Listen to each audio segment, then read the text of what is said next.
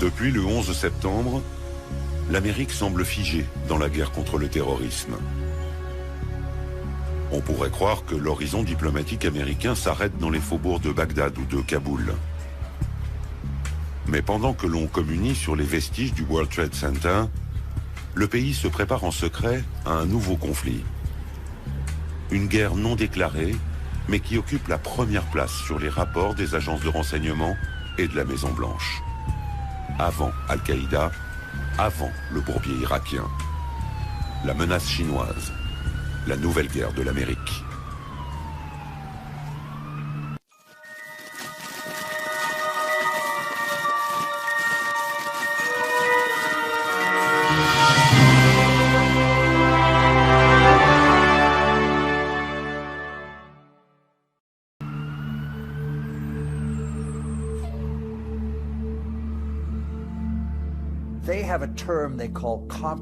Ils ont une expression, ce qu'ils appellent la puissance nationale globale. Ça couvre tous les aspects, économiques, politiques, militaires, culturels.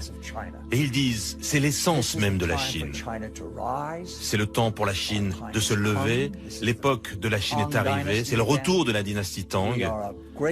Nous sommes une grande puissance, nous sommes une puissance mondiale. Ils jouent l'ancienne stratégie de Sun Tzu, c'est-à-dire gagner le combat sans tirer une balle, ou plutôt gagner le combat sans perdre un seul homme.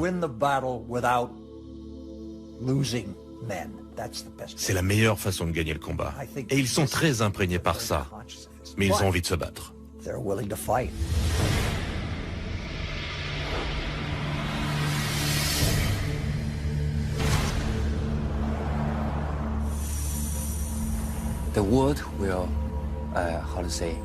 Le monde, comment dire, sera dirigé par 3 pays de première classe.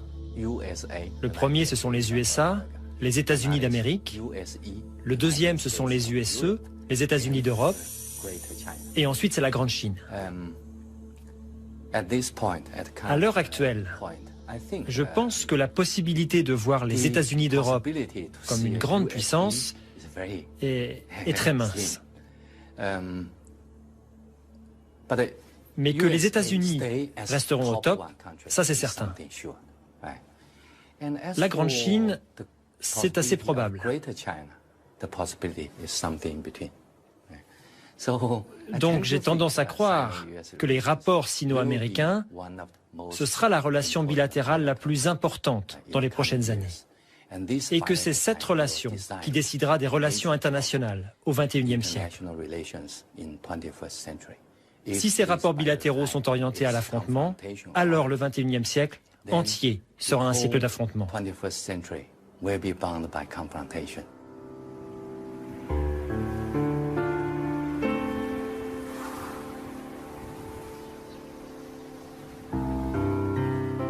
L'île de Kinmen, la véritable frontière entre les deux géants, le lieu ultime de leur face-à-face. Cette petite île appartient à Taïwan, mais elle n'est qu'à 2 kilomètres des côtes chinoises. La province du Fujian, dont on aperçoit les rives, inaccessibles, et où des centaines de missiles balistiques pointent vers Taipei.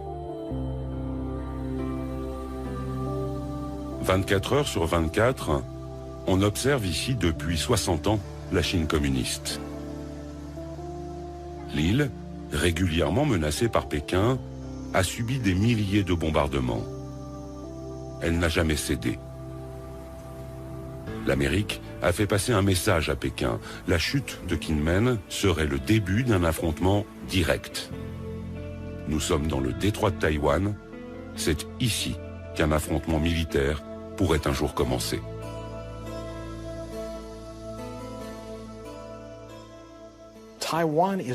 Taïwan est un de ces points chauds, tellement sensibles, un peu comme Jérusalem pour les Palestiniens et les Israéliens, ou comme le Kosovo pour les Albanais et les Serbes. Et pour la plupart des Chinois, Taïwan est une province chinoise de plein droit.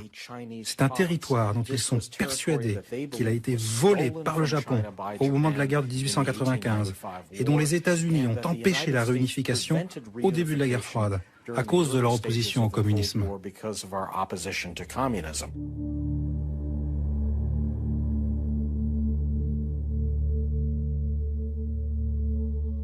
En 1996, c'est dans ce détroit de Taïwan que la Chine et l'Amérique se sont lancés leur plus grand défi militaire. À Taïwan, les élections présidentielles en cours agacent le régime de Pékin. L'armée chinoise décide alors de lancer de grands exercices militaires dans le but de tester la réaction américaine.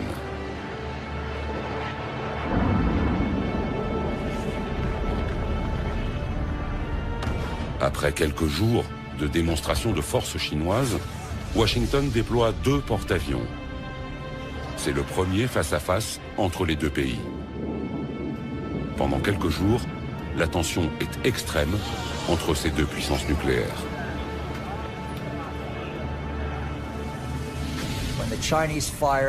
Les Chinois ont tiré des missiles balistiques à courte portée, à capacité nucléaire au nord et au sud des côtes de Taïwan.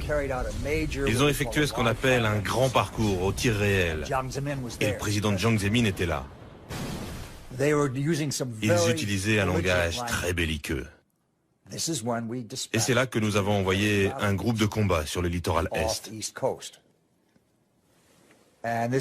Et cette démonstration de force a réglé la question immédiatement. Les Chinois ont pensé que c'était excessif. Ils ont pensé qu'ils avaient un accord tacite avec les États-Unis et qu'ils pouvaient sans risque déplacer un arsenal limité pour montrer leur sérieux sur la question. Et que les Américains adopteraient une réponse très limitée et qu'après tout le monde reculerait. Alors ils ont vécu le déploiement d'un second porte-avions américain comme excessif et en quelque sorte humiliant parce qu'ils ne pouvaient rien faire pour retarder ou empêcher le déploiement de ces 2 porte-avions.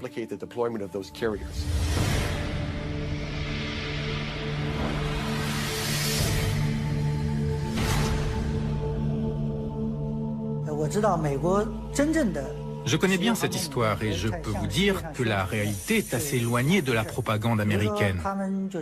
En 1996, j'étais là-bas. Les Américains avaient promis d'envoyer un porte-avions à Taïwan pour le jour de l'élection, pour protéger Taïwan. Mais en fait, le seul navire américain proche de Taïwan était le bâtiment d'espionnage électronique, le Bunker Hill. Et il était à plus de 200 000 nautiques. Le premier porte-avions américain, lui, était à 600 000 nautiques de Taïwan. Donc, la réalité, c'est que les Américains ont annoncé leur venue, mais ils ont resté à distance. Ils voulaient éviter à tout prix tout incident, et ils n'ont pas osé s'approcher de notre armée.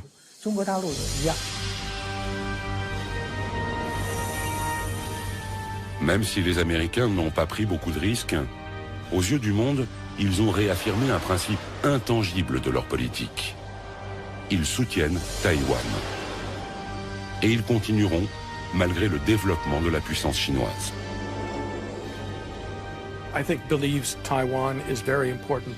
Je pense que les Américains croient que Taïwan est très important pour plusieurs raisons.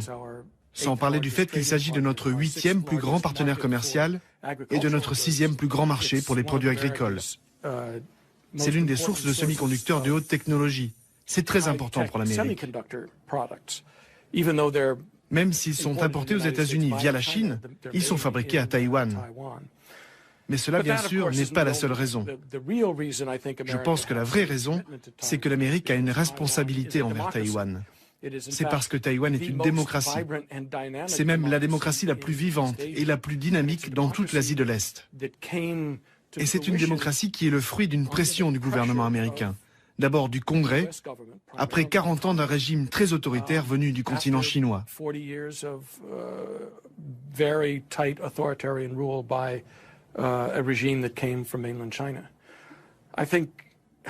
Je pense néanmoins que la vraie raison pour laquelle les États-Unis et surtout le Pentagone s'inquiètent tellement du sort de Taïwan, c'est parce que depuis 50 ans, ça a été un partenaire crucial en matière de défense et d'espionnage, y compris pendant ces 30 dernières années, depuis la reprise des relations avec les républiques populaires de Chine.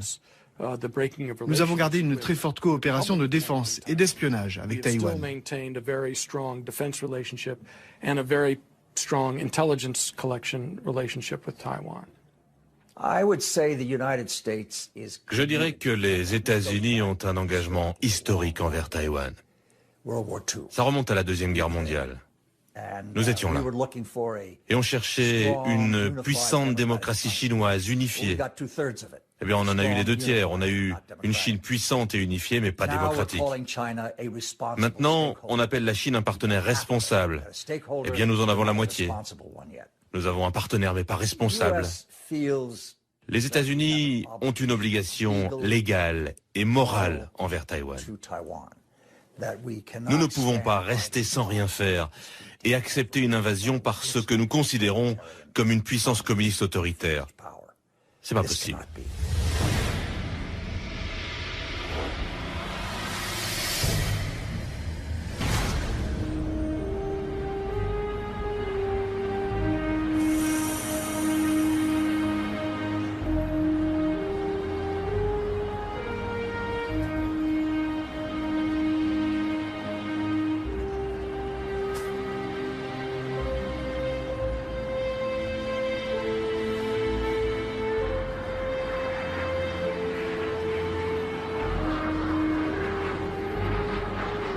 Taïwan, une île de 23 millions d'habitants à 250 km des côtes chinoises, est aujourd'hui l'enjeu stratégique le plus brûlant entre la Chine et les États-Unis. Taipei, la capitale, affiche sa réussite économique. C'est l'un des plus grands centres mondiaux de l'industrie électronique, une ville moderne, libre, jeune et toujours bruyante. En 1895, Taïwan a été envahi par le Japon. 50 ans plus tard, la défaite japonaise consommée, les traités de paix rendent le territoire à la Chine. Une Chine alors en proie à la guerre civile entre les communistes de Mao et les nationalistes de Chiang Kai-shek. Lorsque la bataille tourne à l'avantage de Mao, le général Chiang, aidé par les Américains, se réfugie à Taïwan avec ses soldats.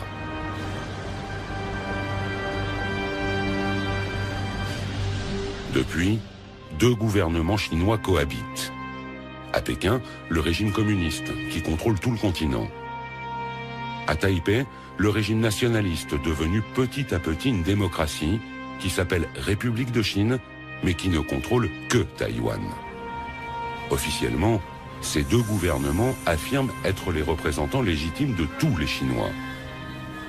Taïwan n'est pas reconnu comme un État par l'ONU. Une vingtaine de petits pays seulement entretiennent des relations diplomatiques avec l'île. Fragile indépendance. D'autant qu'à Pékin, on considère Taïwan toujours comme la 23e province de la République populaire, une province rebelle que le régime entend réunifier à la mère patrie.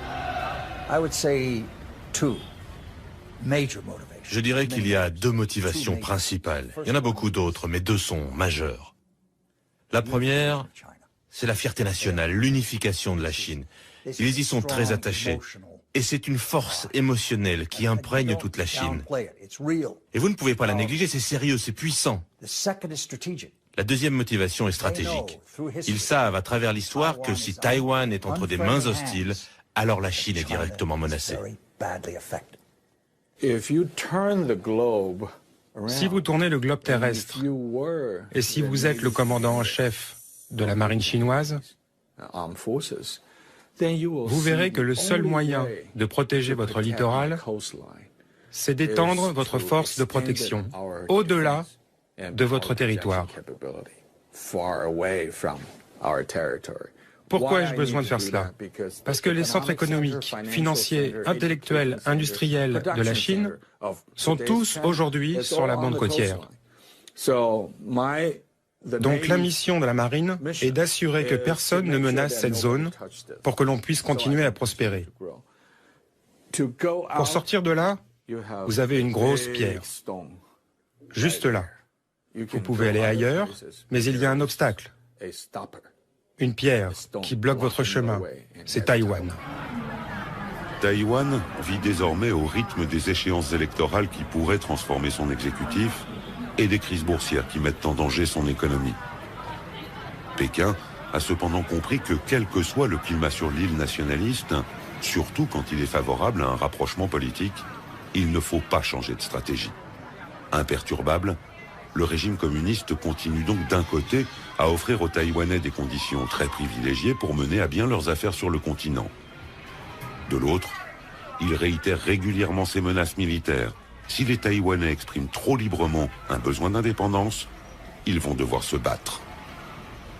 Quels que soient les aléas, la position de Pékin ne varie donc pas d'un iota.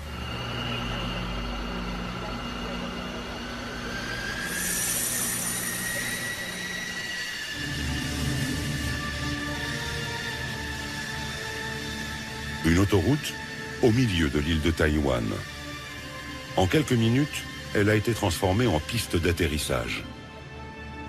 La population regarde l'exercice militaire, elle y est habituée. Les Mirage 2000 français ou des F-16 américains atterrissent et décollent dans un énorme vacarme.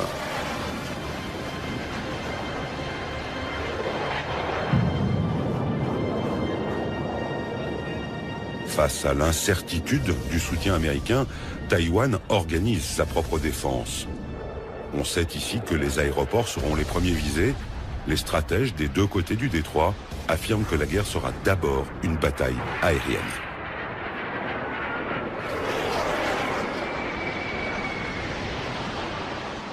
Je crois que tous les experts du monde savent que c'est très difficile de réussir un débarquement. On se souvient encore de celui en Normandie. Dans un détroit comme le nôtre, c'est dans l'air que se fait la différence. Et nous avons toujours cherché à garder un avantage dans l'espace aérien face à la Chine. Mais désormais, avec les missiles chinois, cet équilibre est remis en cause. Ils peuvent détruire nos aéroports. Et si nos aéroports sont détruits, nous perdons notre seul avantage face à la Chine, notre supériorité aérienne.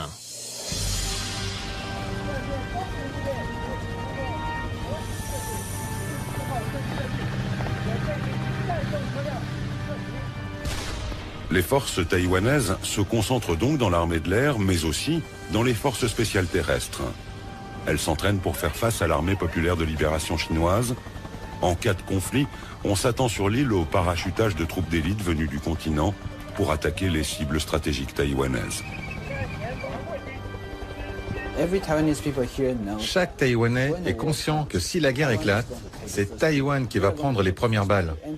Non seulement nous allons prendre les premières balles, mais ça continuera pendant 2 semaines, voire 1 mois avant que les renforts américains arrivent. Et il n'y a aucune chance que les États-Unis viennent s'engager dans un combat difficile. S'ils veulent vraiment s'engager, il est préférable pour eux d'attendre que les Taïwanais aient d'abord décimé les troupes d'élite chinoises. Alors, les États-Unis pourront arriver, nettoyer le champ de bataille et remporter une victoire facile. Tout le monde connaît cette réalité à Taïwan.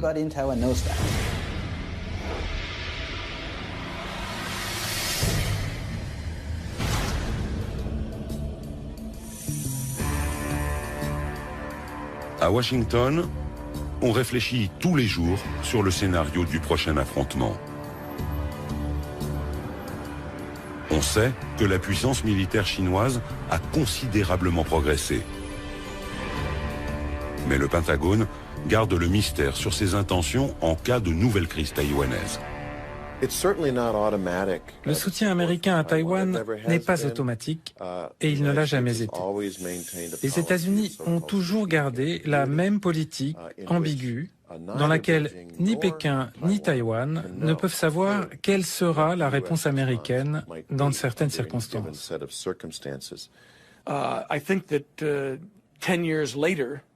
Je pense que 10 ans après la crise des missiles du détroit de Taïwan en 1996, nous appréhenderions la question taïwanaise avec un petit peu plus de précaution. Non, en fait, avec beaucoup plus de précaution.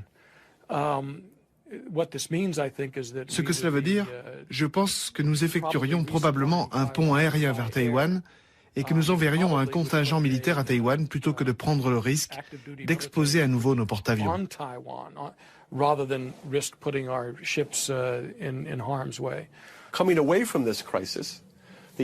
Je pense que les États-Unis n'ont pas tiré les bonnes conclusions de cette crise de 1996. Les États-Unis ont pensé que les Chinois étaient en quelque sorte intimidés par le déploiement de forces américains et qu'ils en avaient conclu que les États-Unis étaient très déterminés à utiliser la force si nécessaire pour assurer la paix et la stabilité du détroit de Taïwan. En fait, je pense que les Chinois n'ont pas été intimidés du tout par nos porte-avions. Au contraire, ça les a renforcés dans leur volonté d'acquérir les moyens de ne plus être impressionnables à l'avenir.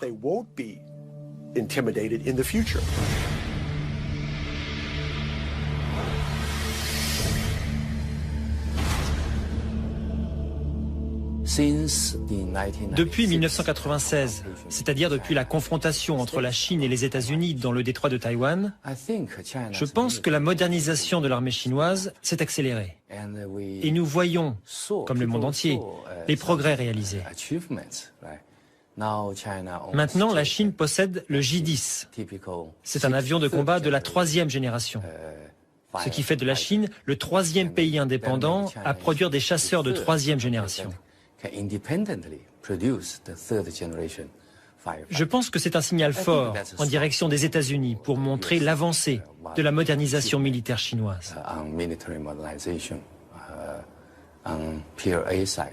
If China's own terminal objective is trying to so-called unify Taiwan by using Si leur but final est de prendre Taïwan par la force, je pense que la capacité militaire est suffisante.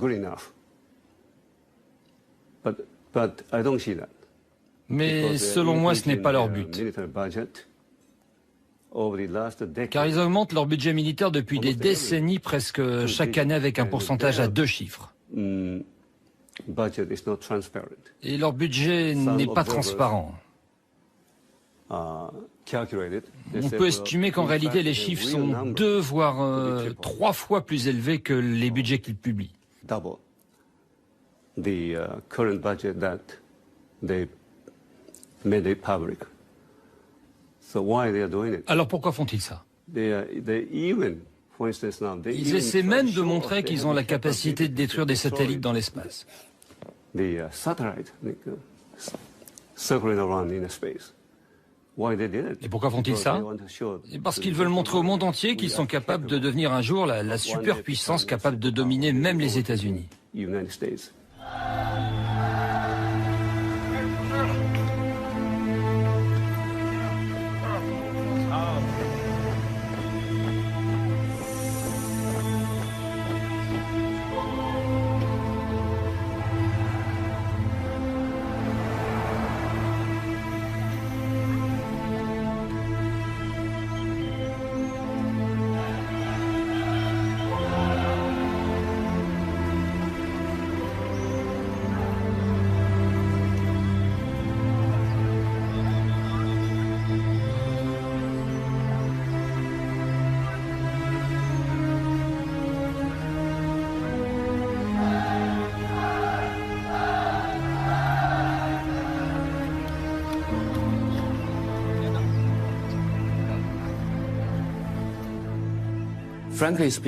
Franchement, le statu quo, l'équilibre des puissances, est toujours aujourd'hui à l'avantage des États-Unis. Mais je pense que les rapports de force sont en train de changer. Et le temps joue en faveur de la Chine.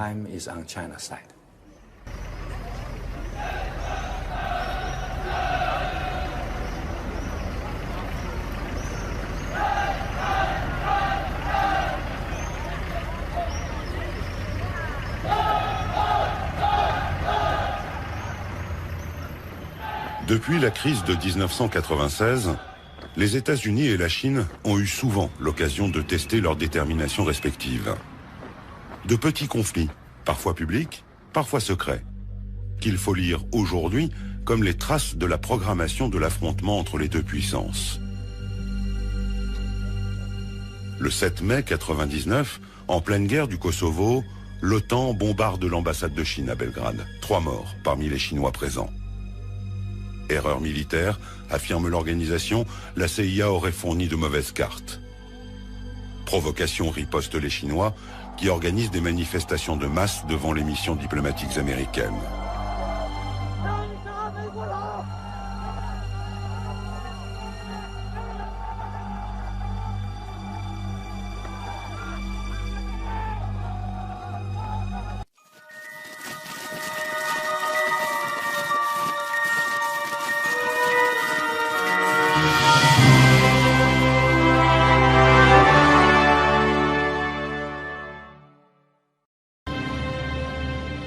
L'armée populaire de libération progresse ainsi à chaque petite bataille.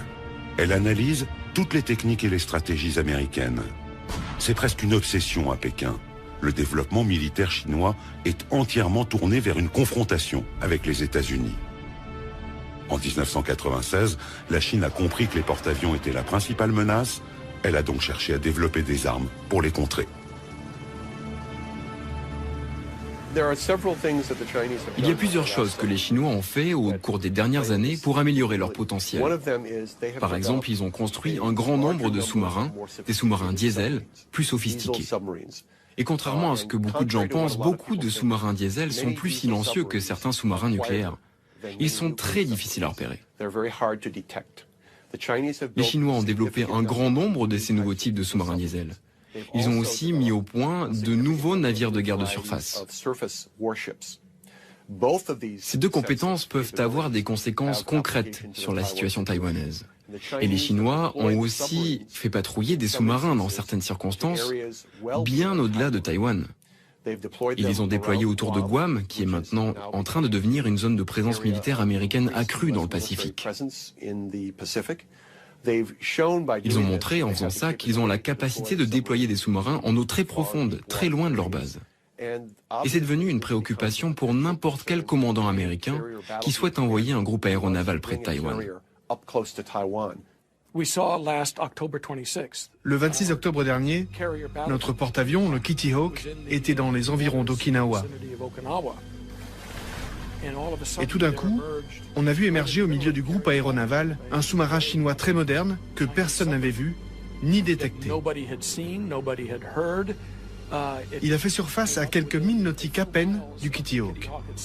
Et on sait que ce sous-marin était équipé de torpilles très perfectionnées et que s'il l'avait voulu, il aurait pu nous couler notre porte-avions. Les Chinois savent que nous sommes militairement dépendants de deux choses en Asie. Numéro 1, les satellites. Numéro 2, les porte-avions. Eh bien, ils nous ont montré qu'ils peuvent neutraliser ces deux forces. Est-ce qu'ils vont le faire? Je n'y crois pas. C'est ce qu'on peut appeler une guerre psychologique.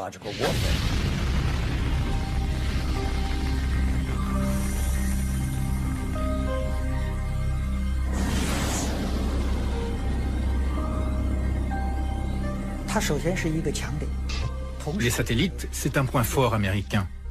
Mais si on regarde bien, ça peut être aussi un point faible. Avec ces satellites, les États-Unis peuvent déployer tout leur réseau de communication. Et c'est une faiblesse. Aujourd'hui, on a pu le vérifier lors des derniers conflits. L'armée américaine dépend trop de son électronique et des satellites. Cette dépendance aux satellites me fait penser à la légende grecque. Vous savez, le géant Achille qui était invincible, sauf si on atteignait son talon. Eh bien, les satellites, c'est un peu le talon d'Achille américain. Le 11 septembre 2006, l'armée populaire de libération envoie un missile détruire un de ses propres satellites. L'explosion spatiale est évidemment immédiatement détectée au Pentagone. Il y a un peu d'affolement à Washington. Personne n'avait prévu cette initiative chinoise. Les Chinois possèdent un programme anti-satellite depuis quelque temps maintenant. Il est tout d'abord conçu comme un élément de dissuasion envers les États-Unis et il est aussi destiné à compliquer les décisions américaines en cas de crise. Donc oui, je pense que le tir récent qui a mis hors service leur propre satellite était destiné à envoyer un signal aux États-Unis. À leur dire qu'ils ne sont pas prêts à rester tranquillement dans leur coin et à laisser les États-Unis conserver une influence prédominante. Ils vont essayer d'accroître leur force dans ce secteur, qui pèse lourd dans la balance, en menaçant ce qui est considéré comme un élément très sensible des outils de contrôle américains.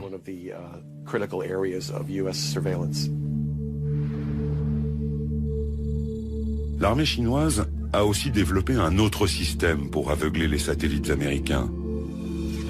Des lasers géants qui ne les détruisent pas, mais qui les aveuglent suffisamment pour les rendre inutiles.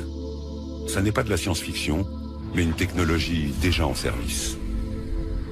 Et puis, il existe une arme plus terrible encore. Une arme que les Américains ou les Français maîtrisent déjà et que l'armée chinoise a développée en priorité. Les Chinois ont étudié très attentivement la dépendance américaine vis-à-vis du spectre électromagnétique. L'utilisation des communications et d'un réseau entre les satellites, les navires et le système de commandement sur le champ de bataille. Ils ont vu ce qui s'était passé pendant la première guerre du Golfe, ce qui s'était passé au Kosovo. Ils ont observé en Afghanistan et la deuxième guerre du Golfe. Et ils se sont rendus compte que nous sommes de plus en plus dépendants du spectre électromagnétique et de la qualité des communications. L'arme à impulsion électromagnétique, qui est créée en faisant exploser une arme nucléaire, grille généralement les transistors et empêche ce genre de communication. L'arme à impulsion électromagnétique déclenche à partir d'une explosion nucléaire une onde électromagnétique. Lorsque cette onde atteint des bateaux ou des avions, elle détruit instantanément tous les équipements électroniques embarqués. Personne ne meurt si on est suffisamment loin de l'explosion nucléaire. Mais les bâtiments de guerre américains, totalement dépendants de l'électronique, seraient immédiatement hors service. Le rapport du Pentagone décrit une arme qui utilise une explosion nucléaire pour générer une arme à impulsion électromagnétique, autrement dit EMP. J'ai demandé à des responsables du Pentagone pourquoi vous ne dites pas qu'ils ont généré leur EMP de façon conventionnelle. Et ils ont répondu, nous ne voulons pas qu'ils sachent que nous le savons. L'EMP généré de façon conventionnelle pose moins de problèmes et est plus utilisable ou plus pratique, car lorsque vous l'employez, il n'y a pas de retombée nucléaire. Il y aura moins de protestations internationales. Ils possèdent déjà cette arme.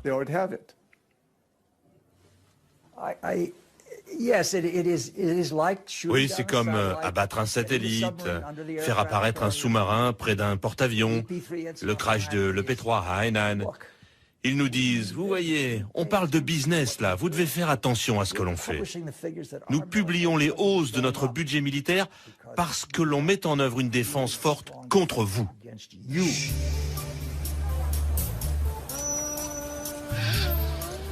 Cette puissance que la Chine développe n'est pas seulement militaire. Le régime a compris qu'il devait utiliser chaque citoyen, chaque entreprise, chaque organisation dans sa confrontation avec les États-Unis. Une course à l'armement n'aurait pas de sens contre Washington. C'est une guerre pour l'énergie, les médias, la culture, les matières premières. Et face à une Amérique qui surconsomme, qui se surendette, une Amérique obèse de ses propres excès, la Chine oppose sa meilleure arme, sa vertigineuse croissance économique.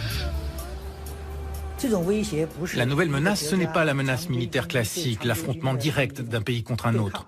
Aujourd'hui, ce n'est plus canon contre canon, avion contre avion ou tank contre tank. L'affrontement prend beaucoup de formes, sur beaucoup de terrains. Par exemple, la finance ou les médias. Il peut y avoir des attaques dans tous ces domaines. Le but, le résultat de ces conflits d'un nouveau genre sont le même que dans toutes les guerres. On veut forcer l'adversaire à accepter sa volonté. C'est toujours une guerre, mais ce n'est plus la guerre militaire conventionnelle. La guerre aujourd'hui dépasse ce domaine militaire. C'est ce que nous appelons la guerre sans limite. Il faut apprendre à décrypter les batailles de cette nouvelle guerre. Parfois, ce sont de tout petits événements qui semblent anodins à première vue. Ainsi, le 27 février 2007, les principaux indices boursiers américains plongent. Paris vient de perdre 3%, New York dévisse. À l'origine de ce mini-crack, une tornade qui est née à l'autre bout du monde, à Shanghai. La bourse de la ville vient subitement, sans raison, de perdre 9%, et elle entraîne toute la planète dans sa chute. Personne ne comprend vraiment ce qui s'est passé. Mais à New York, on médite la leçon. La Chine vient de démontrer qu'elle peut utiliser sa nouvelle puissance économique pour déstabiliser ses adversaires, surtout quand ils sont affaiblis, comme les États-Unis, par la crise des subprimes. La Chine utilise son économie de plusieurs manières. D'abord parce que ça lui donne de l'influence. En Asie du Sud-Est, partout dans le monde, ils investissent de l'argent lorsque leurs dirigeants visitent les capitales, ce qui leur permet de signer des accords. La deuxième manière, c'est qu'ils font juste savoir ce qu'ils pourraient être capables de faire. Par exemple, les 1,2 milliard de dollars de réserves de change chinoises en 2007. 40% de cette somme sont investis dans des bons du Trésor américain. Si Pékin décidait de transférer ces investissements en euros, ça serait très douloureux pour les États-Unis. Mais Pékin n'a pas besoin de le dire. Il a juste besoin que ça se sache. Et à Washington, on ressent une grosse migraine.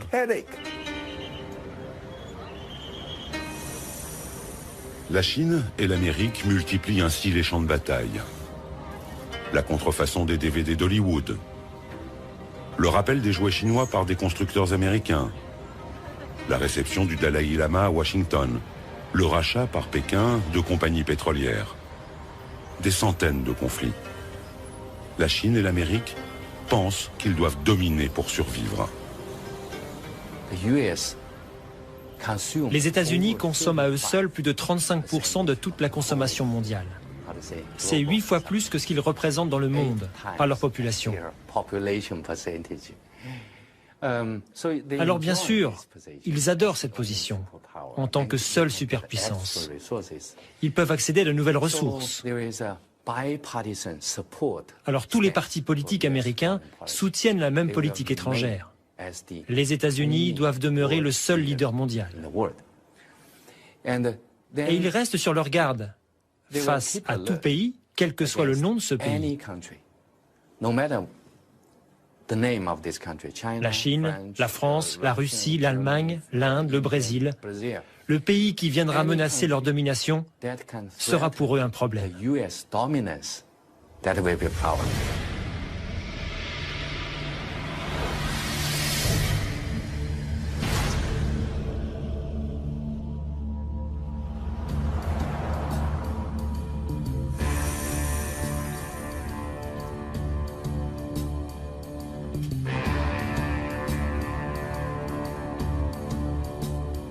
À Washington, la Chine est devenue la première préoccupation de toutes les administrations. La Chine est un concurrent économique, médiatique, technologique. L'hégémonie mondiale ne se mesure plus au nombre de têtes nucléaires.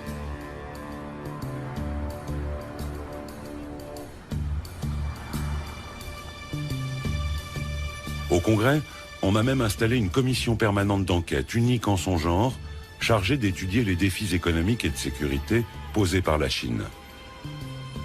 L'URSS n'avait pas eu droit à autant d'attention du temps de la guerre froide.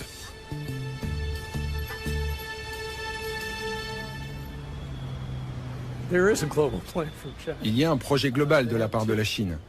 Ils en ont même deux. L'un a démarré en 1986, appelé le programme 863, et l'autre en mars 1997, appelé le programme 973.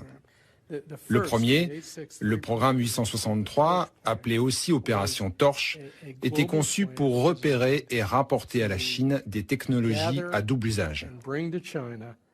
À la fois pour améliorer la technologie de base chinoise dans l'économie et l'industrie, et en même temps pour améliorer ses capacités militaires. C'est quelque chose de bien organisé, vous savez. Chaque industrie reçoit chaque année du gouvernement central une liste d'objectifs à atteindre et la main-d'œuvre pour y arriver. Donc oui, c'est organisé. Ce n'est pas parfait, mais c'est organisé. L'autre, le programme 973, est conçu, lui, pour améliorer leurs capacités de recherche fondamentale et d'innovation. Les gens aux États-Unis accordent trop d'attention à la Chine. Donc ils sont trop émotifs pour tout ce qui concerne la Chine. Alors cette émotivité entraîne de mauvaises interprétations. Ça n'aide pas à y voir clair. Je pense que la réalité, c'est que la puissance économique chinoise est encore loin devant, non, loin derrière celle des États-Unis, sans parler de sa puissance militaire.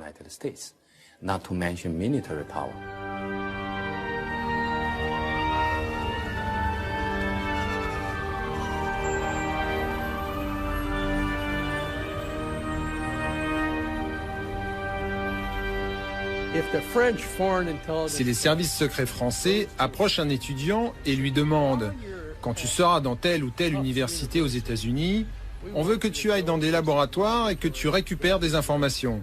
L'étudiant peut répondre « Je suis occupé, ça va me déranger dans mes études ». Si le service d'espionnage chinois approche un étudiant chinois et lui dit « Tu veux un visa ? Tu veux un passeport ? Quand tu seras aux États-Unis ou en France, tu feras ta thèse là-dessus. Tu vas travailler sur ce projet et tu nous feras un rapport, sinon tu ne trouveras jamais de travail en Chine, ou bien ta famille perdra sa maison. » Ils sont capables de faire ça. The United States cannot maintain itself as a superpower if we allow our industrial. Les États-Unis ne peuvent pas se maintenir en tant que superpuissance si nous autorisons la délocalisation de notre production industrielle. Et c'est ce qui se passe aujourd'hui. C'est ce qui se passe dans beaucoup de nos industries essentielles. Et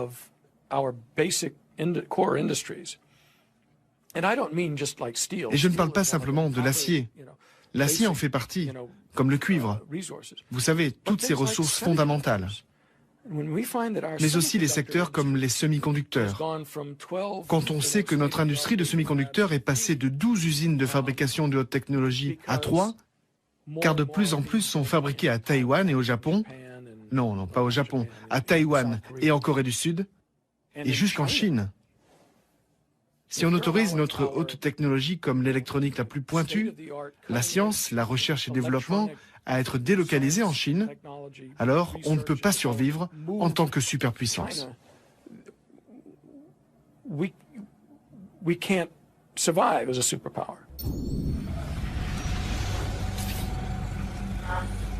Cette guerre technologique culmine dans le cyberespace. La Chine et les États-Unis forment des armées de soldats numériques qui espionnent ou attaquent les réseaux de l'ennemi.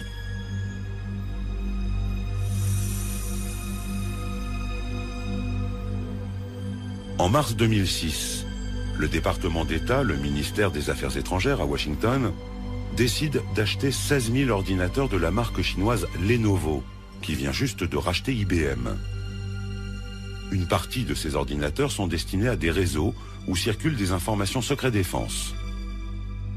Larry Wurtzel et sa commission interviennent pour empêcher la livraison.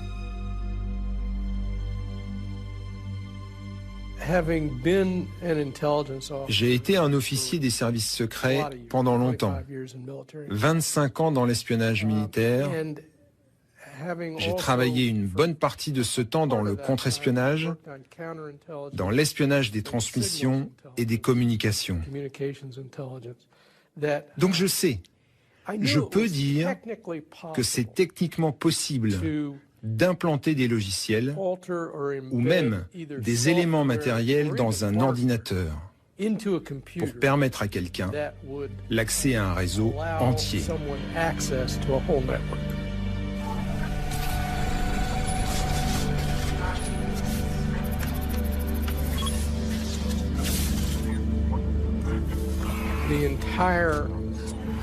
L'administration du contrôle des exportations, tout comme le ministère du Commerce, a été attaquée, mis hors d'usage, par ce qui s'est avéré être des pirates informatiques chinois. Le département d'État lui-même a perdu un service et tous ses ordinateurs à cause de ces mêmes pirates chinois. Le système informatique de l'Université de la Défense nationale a été éteint.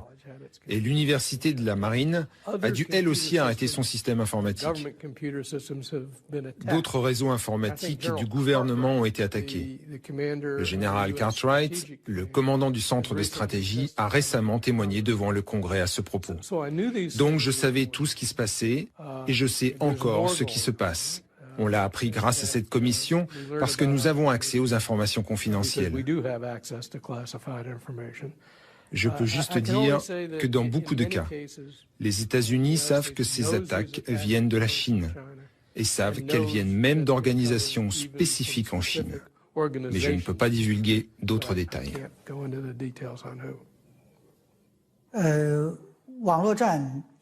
La guerre sur Internet est aussi vieille que l'Internet lui-même. Et on ne peut pas dire que ce soit une invention chinoise. La CIA et la NSA américaine emploient au moins 25 000 personnes sur Internet. Ils ont les plus grands centres d'écoute et de surveillance d'Internet. Donc c'est vrai, la guerre existe sur Internet, la guerre a commencé sans qu'un missile ne soit lancé, sans que le monde ne s'en aperçoive. La guerre a commencé par tous ces moyens nouveaux. Beaucoup de technologies civiles ont aussi des applications militaires. C'est notamment le cas de toute l'industrie électronique ou de l'Internet. Ce sont de nouveaux champs de bataille de la guerre sans limite. Avec les médias, la finance, le commerce, tout cela est dans le champ de la guerre. C'est une guerre, car il y a un réel antagonisme et que les participants tentent de prendre l'avantage sur leur adversaire. C'est la nouvelle forme de la guerre sans limite.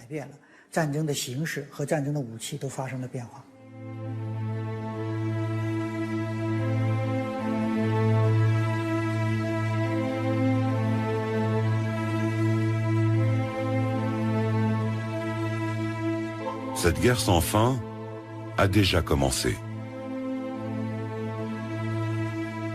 Un peu partout dans le monde, on se bat pour le pétrole, pour l'eau, pour des ressources que le développement de la Chine rend limitées aux yeux de l'Occident.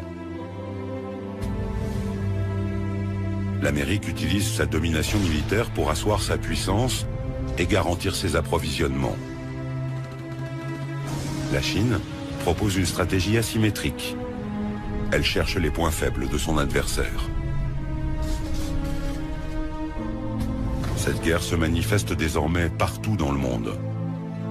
En Corée du Nord, en Birmanie, en Iran, au Darfour, partout où la planète brûle, la Chine et l'Amérique s'opposent en coulisses. Rappelez-vous Deng Xiaoping, il ne peut pas y avoir deux tigres sur la même colline.